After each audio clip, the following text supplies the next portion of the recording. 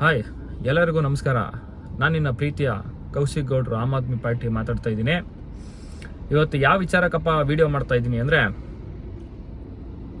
ನಮ್ಮ ವರ್ಕರ್ಸ್ ವಿಚಾರ, ಅಂದರೆ ನಮ್ಮ ಕೂಲಿ ಕಾರ್ಮಿಕರ ವಿಚಾರ. ಮತ್ತೆಗೆ ಇವತ್ತು ಓದಿ ವಿದ್ಯಾವಂತರಾಗಿ ಪಾಸಾಗಿ ಸರ್ಟಿಫಿಕೇಟ್ ತಗೊಂಡು ಓಡಾಡ್ತಕ್ಕಂಥ ನಮ್ಮ ವಿದ್ಯಾರ್ಥಿಗಳು ಗಳ ವಿಚಾರವಾಗಿ ಮಾತಾಡ್ತಾ ಇದ್ದೀನಿ. ನಿರುದ್ಯೋಗಿಗಳ ವಿಚಾರವಾಗಿ ಮಾತಾಡ್ತಾ ಇದ್ದೀನಿ. ಏನಪ್ಪ ಇವತ್ತು ವಿಚಾರ ಅಂತಂದ್ರೆ,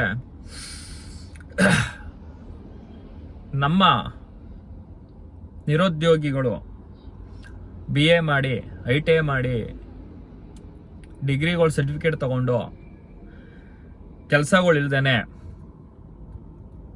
ಓಡಾಡ್ತಾ ಇರೋದು, ಸಿಗ್ದೇನೆ ಪಾಪ ಅದು ಇದು ಕೆಲಸ ಮಾಡ್ಕೊಂಡು ಜೀವನ ಮಾಡ್ತಿರೋದು ತುಂಬ ಜನ ಇದ್ದಾರೆ. ಇವತ್ತು ಏನು ನಮ್ಮ ಕರ್ನಾಟಕದಲ್ಲಿ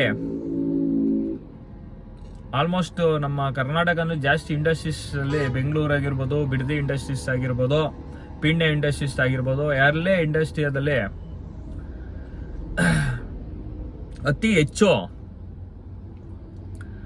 ನಮ್ಮ ಕರ್ನಾಟಕ ಜನತೆಗೆ ಒತ್ತನ್ನು ಕೊಡದೆ, ಕೆಲಸವನ್ನು ಕೊಡದೆ, ಅತಿ ಹೆಚ್ಚು ಔಟ್ ಆಫ್ ಸ್ಟೇಟಿಂದ ಬಂದಿರತಕ್ಕಂಥ, ಹೊರಗಡೆಯಿಂದ ಬಂದಿರತಕ್ಕಂಥ ಜನಕ್ಕೆ ಕೆಲಸ ಕೊಡುವಂಥ ಕೆಲಸ ನಡೀತಿದೆ.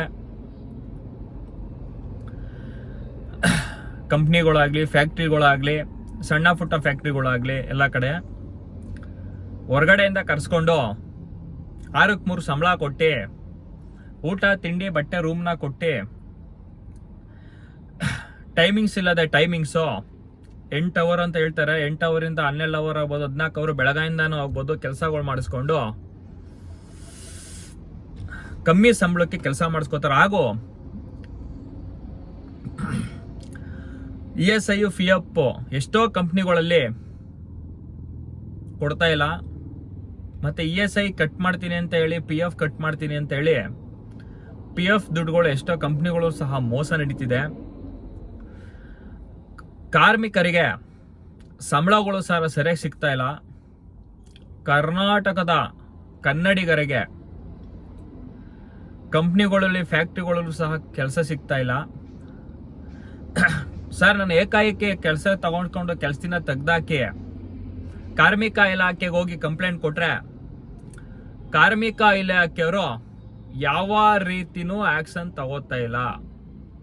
ಫಸ್ಟ್ ಆಫ್ ಆಲ್ ಕಾರ್ಮಿಕ ಇಲಾಖೆ ಏನು ಅಧಿಕಾರಿಗಳಿದ್ದಾರೆ